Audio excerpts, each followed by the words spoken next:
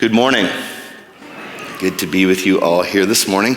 Excited to take part. We have been doing a series on the what traditionally is called the 10 Commandments. We're kind of pushing that over to the 10 Proclamations. If you haven't been with us and you're a guest, we especially welcome you, just to kind of catch you up a little bit. The word commandment is not actually in that part of the scripture. The word that's used is proclamation, or the words. Why that's important? Because we've been talking about how each one of these is really about relationship. This is about a God that comes to save a people. I'm the Lord your God who brought you out of slavery. That's the first of the proclamation. The second is, have no other gods before me. Don't make anything else the center but me. Love needs to be at the center of every single thing. And we remind each other we know what that is, because if love's not the center, we become smaller, more hateful, frail, and fragile.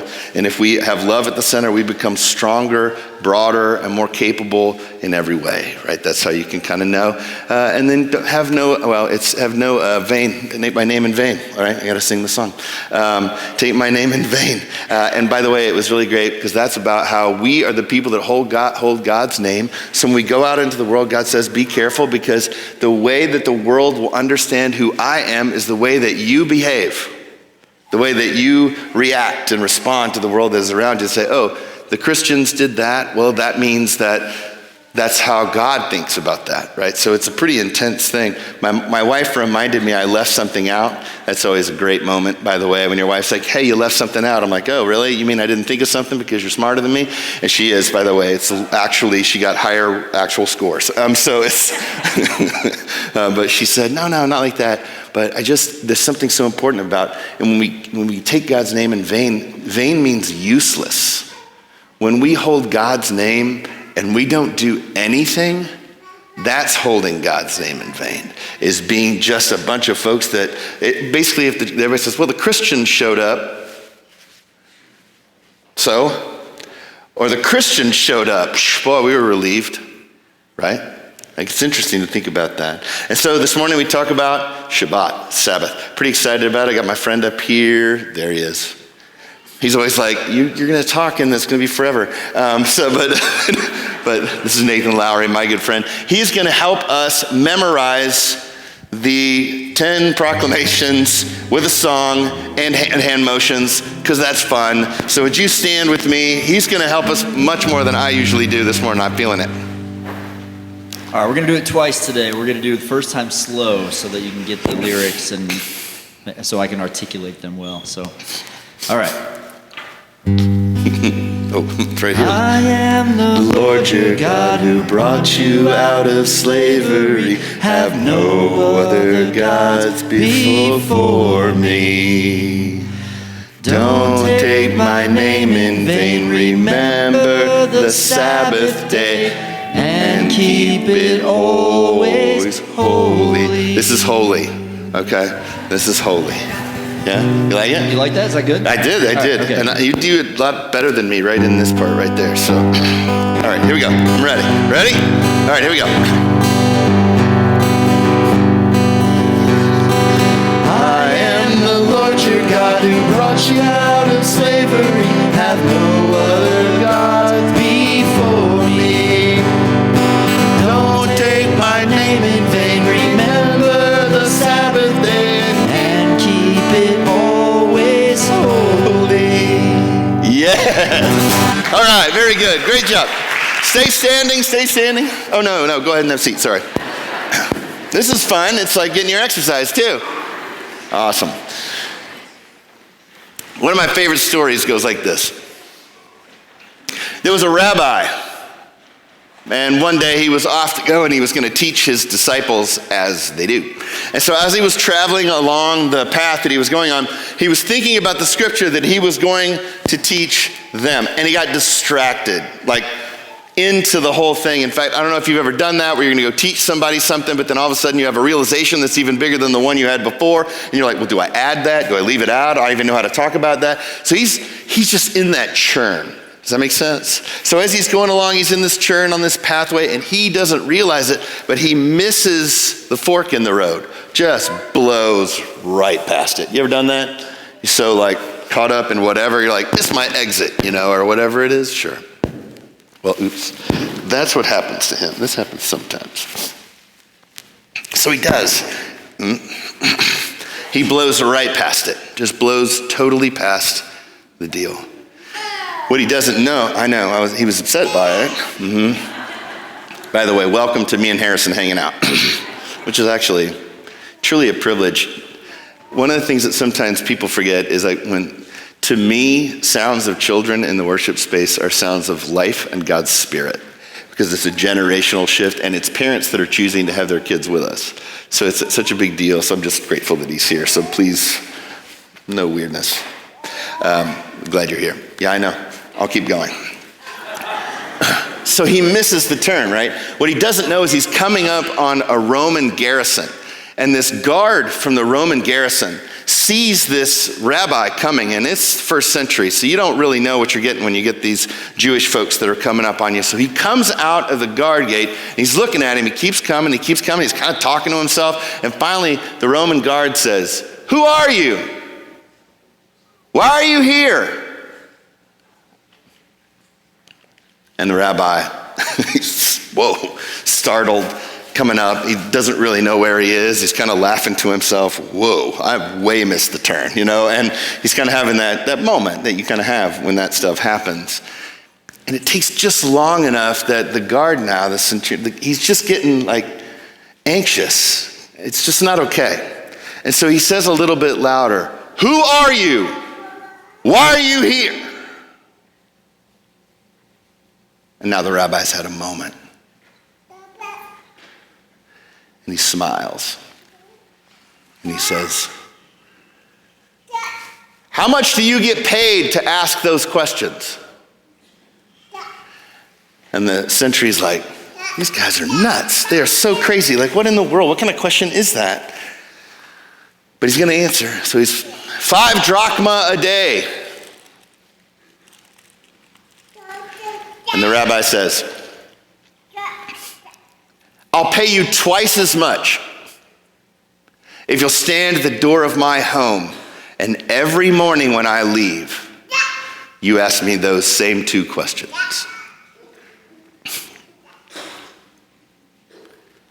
Who are you? Why are you here?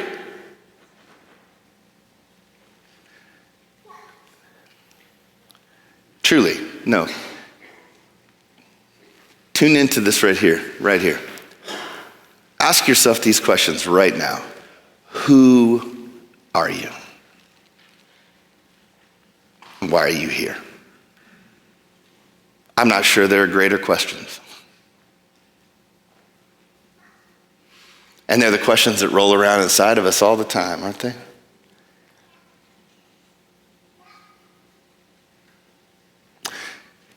Sabbath is not about a day of rest alone. It is about who we are and why we're here. Would you stand with me as we read the scripture from Exodus 20? We'll begin at verse 8. We'll go through verse 11. We read together because whenever you hear somebody read aloud the words of God, they're the words of God that sound like your child, your husband, your spouse, whoever it is. When we do it together, it sounds like us. It sounds like Sunset Ridge this morning. There's real power in that. So listen as well as speak out. So let's read together. "Remember the Sabbath day by keeping it holy. 6 days you shall labor and do all your work. But the 7th day is a Sabbath to the Lord your God. On it you shall not do any work, neither you nor your son or daughter, nor your male or female servant, nor your animals, nor any foreigner residing in your towns. For in 6 days the Lord made the heavens and the earth, the sea and all that is in them, but he rested on the 7th day. Therefore, the Lord blessed the Sabbath day and made it holy." These are the words of the Lord. You may be seated. So there's real beauty in the idea of Sabbath. And sometimes I think we can get to this picture of okay, it's this foreign idea, but what I want to invite you into is this first century picture that captivates me. Something that is incredibly important and powerful. Every Friday night, or in the Jewish tradition, every Sabbath Eve, Jesus would have sat at his family table. He was sat there as a boy, and his mother would do the tradition of the Sabbath meal. The mother does the tradition of the Sabbath meal simply by beginning it. She lights the candles because she brings life into the home. And she prays the prayer to open up the Sabbath meal in such a way that allows for the house to be blessed. Jesus would have watched this every Friday night as Mary said the prayer. Baruch atah Adonai Eloheinu melech halom asher kiddushanu b'mitzvotav v'tzivanu lahadlek ner shel Shabbat Kadesh. Blessed are you, Lord our God, King of the universe, who has sanctified us with his commandments and commanded us to light the candle of the holy Shabbat. Amen.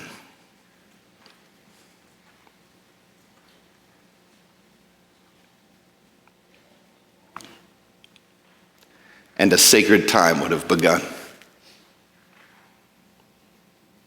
A moment carved out in time by God himself. I wonder how Jesus would have watched the flames as a 5-year-old, as a 10-year-old, as a man visiting home.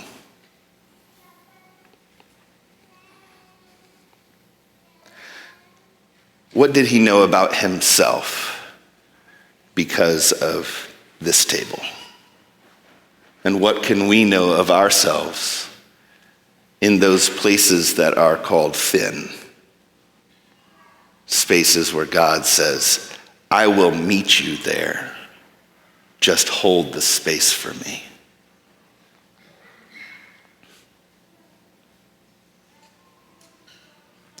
One of the things that happens for us is we had a chance to live in Jerusalem. And when we lived in Jerusalem, there was all kinds of fun that came with that. And one of the things that came with that was Shabbat. In fact, in Israel, it's 6 days of work. There's a group of people that say, we should be like the Americans and have a weekend. And they keep fighting for 2 days, and I agree with them. But at the same time, it's because their tradition is Shabbat. Now, it's kind of fun because we lived in an apartment that was on the top floor, and on that, which was only about 4 stories up. And so we were up there on this balcony, and so we could see a street that went back and forth between one of the main roads that connected the downtown with all of the museums and the political buildings, the law, the Supreme Court. And so heavy traffic in here, and then heavy walking traffic all the way between us and the market, and then the street that went back this way actually led to all of the homes that were in our area. And so we could watch this whole world unfold as the sun would begin to set and Sabbath would start. And that prayer would be said in homes all over the world. It was funny because people would rush around. I mean, right? The hard part about Sabbath, taking a rest, it's like going on a vacation. Like, how much harder do you work the week before you leave? And how much it's like that kind of stuff, but carving it out is as much work as anything else. And so you'll see that. We would see people with flowers and food and all this kind of stuff, and they're trying to get to all these different places, and then it would be just really busy and really crazy. About 2 hours out, 1 hour out, it would start to fade. 30 minutes, it would get really quiet, and then usually what happens is that they play an alarm. It's a siren over the broadcast system of the entire city in Jerusalem, and it sounds terrible like this. It goes, it goes on a minute. Sorry, I'm kidding. It just goes on a minute. A full minute, right?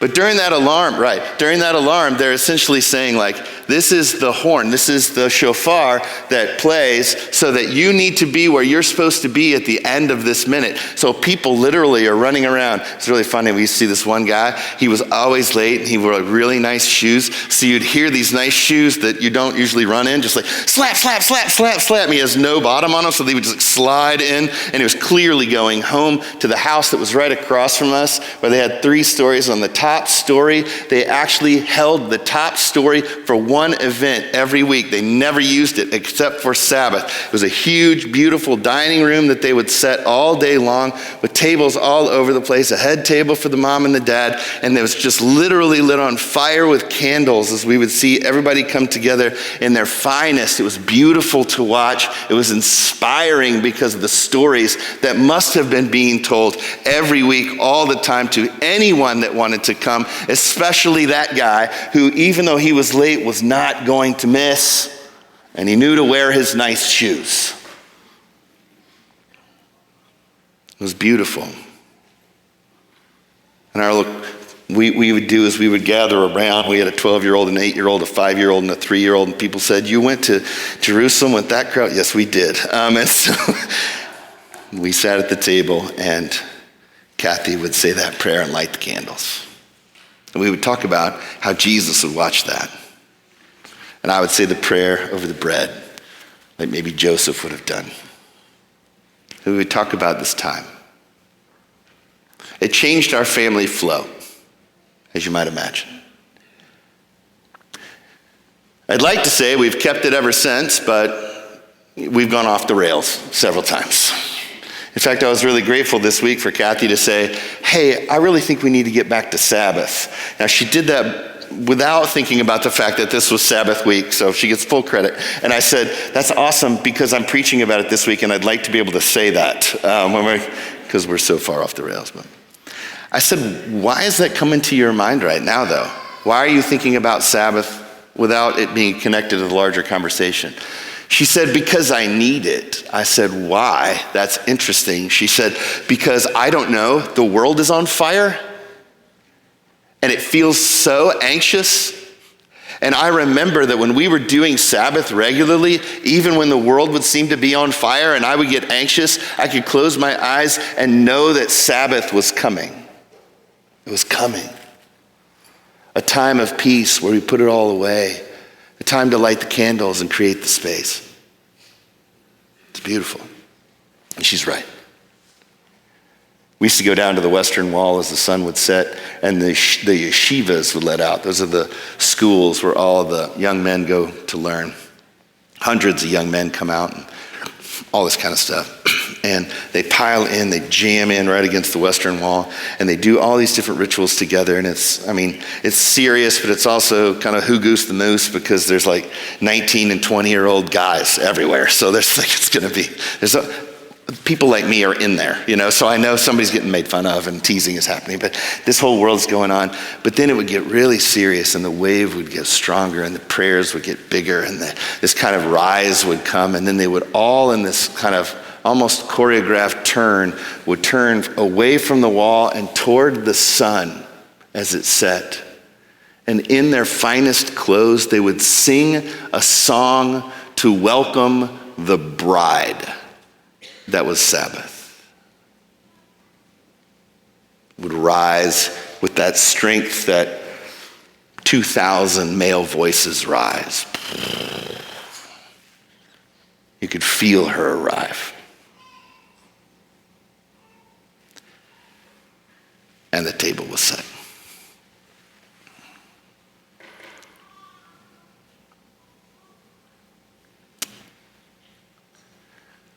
My mentor, David Minitsky, used to say, if you want people to cross an ocean, don't teach them to build a boat. Give them a love for the sea. Give them a love for the sea. I would love for that sea to be Sabbath and our love to be mystic and hope-filled. Because what we discover in Sabbath together, what we could discover in folding it together in some new way that we might discover here in our time, right now, we have it. It's a gift. It's like an unopened gift that said, Sunset Ridge, what will you do with Sabbath? What will you do with this time? So here's quick things that Sabbath teaches us. The first is this. in a world in which usually the second or third question is, when you're meeting someone, what do you do? It's revealed generally to us that most of what we need to know about each other is what we're capable of, what we accomplish. We even think this way in ourselves. We're even taught this way as we're growing up. Okay, you're in kindergarten, so you can do this. You're in first grade, you can do this. Third grade, sixth grade, seventh grade, 16, you can drive. 18, you can this. 21, you can drink. It's all about what we can do. All these things we're built into. But very rarely is our culture saying anything about who we are. And what this amazing day, what this proclamation says is, to a slave nation, you get a day off. The slave nation that has never had time to rest, and every piece of their identity is built into what they're capable of. God says, you are more than what you do. In fact, you are not what you do. You can stop. I learned this year, kind of a surprising way. I didn't expect it. I thought I knew it.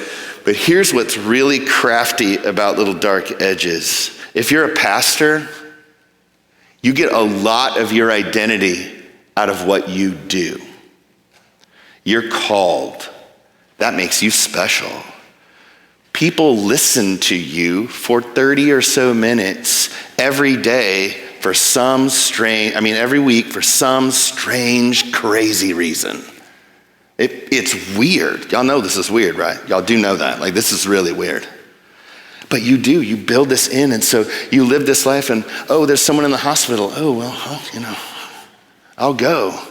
There's this thing, and it gets really weird. It gets inside of you, and then all of a sudden, if people don't like what's going on, or there's stuff that doesn't, or people don't come, or all this kind of stuff, then your identity literally rises and falls on the way that things are going on, and you begin to be crushed, just like about any other job. But somehow there's this, but you're called into the minute, like this whole deal, and I realized, I've actually let my identity be shaped by what I do instead of asking God who I really am the whole time.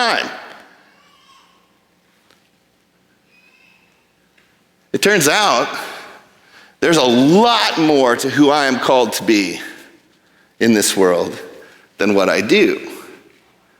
I'm so grateful that I figured that out before my grandkids show up. And they're coming. I hope so. I'm going to be a ridiculous grandfather. Way out of control.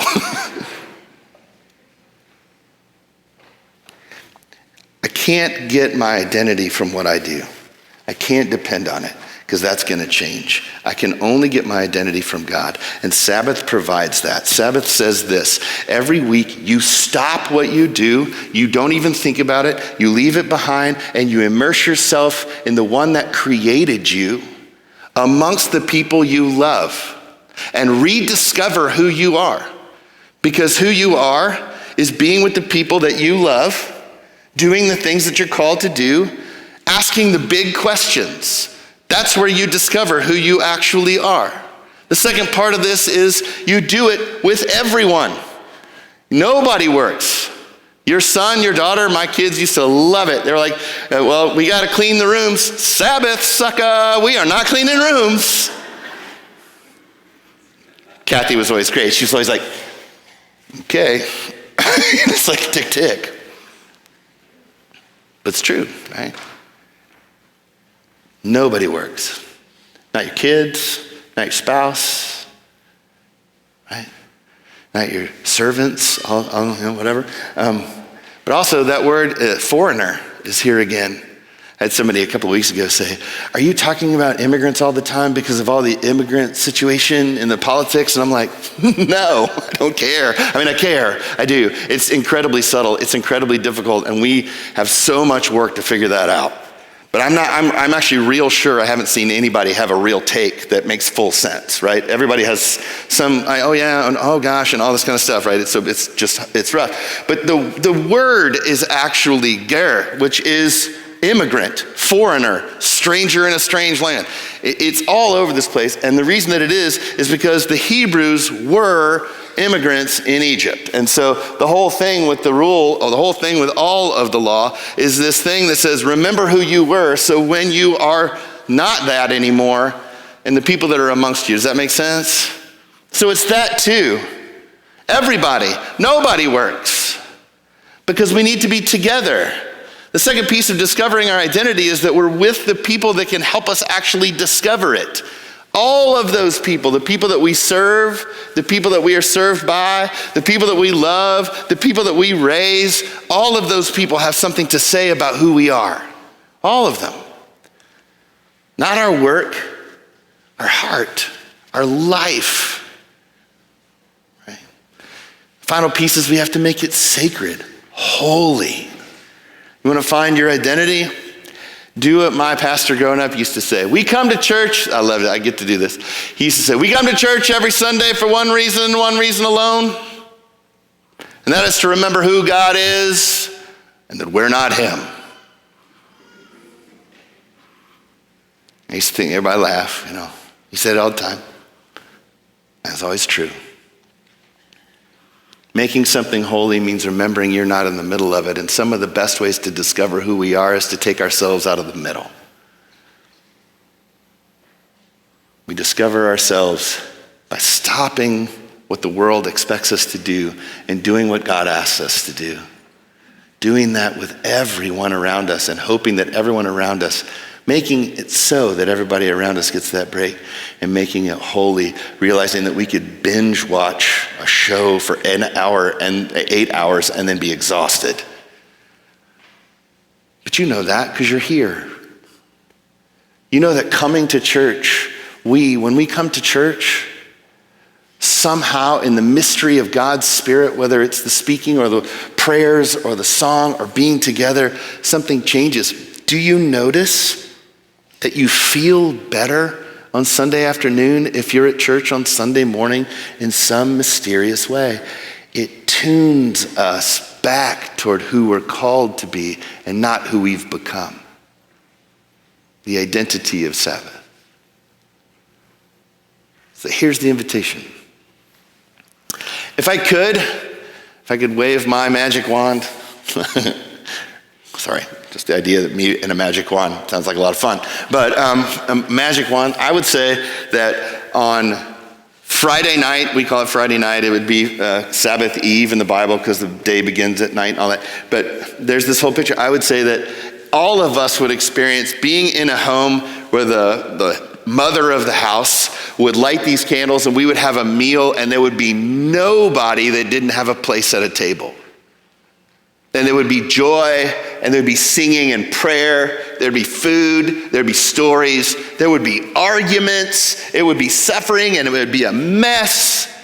And we would make it every single week. Parents would bless their kids even when they were furious at them because they deserve it because they're your kids. Like this, we would have a real churning life. And for 24 hours, we would remember who we are. We are sons and daughters of the Most High King.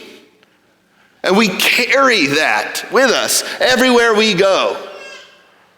And flow into that in every part of our life and have an opportunity around a table like that. I would love that. However, our culture isn't yet there. Though it'd be fun for some of us to push on through. So maybe we find kind of Sabbath everywhere, between every heartbeat and every breath. Maybe we ask ourselves all the time, who are we and why are we here? Try it on tomorrow when you get to work. Who am I? Why am I right here? At school. You show up at school, who am I? Why am I here?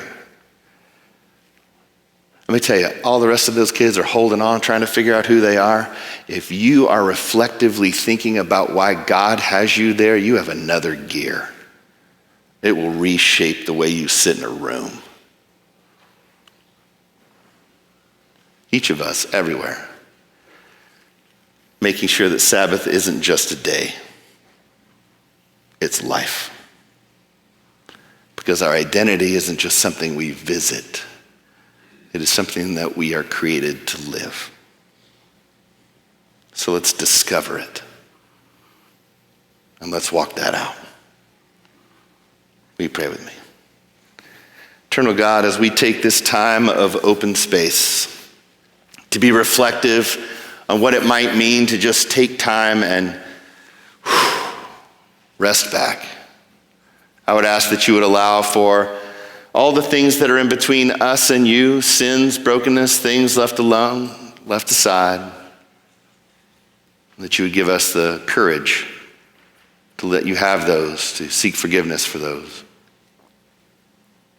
And also, Lord, that you would begin to speak into us so that we could rise to our best selves and discover that wholly and completely. In Jesus' holy and precious name, amen.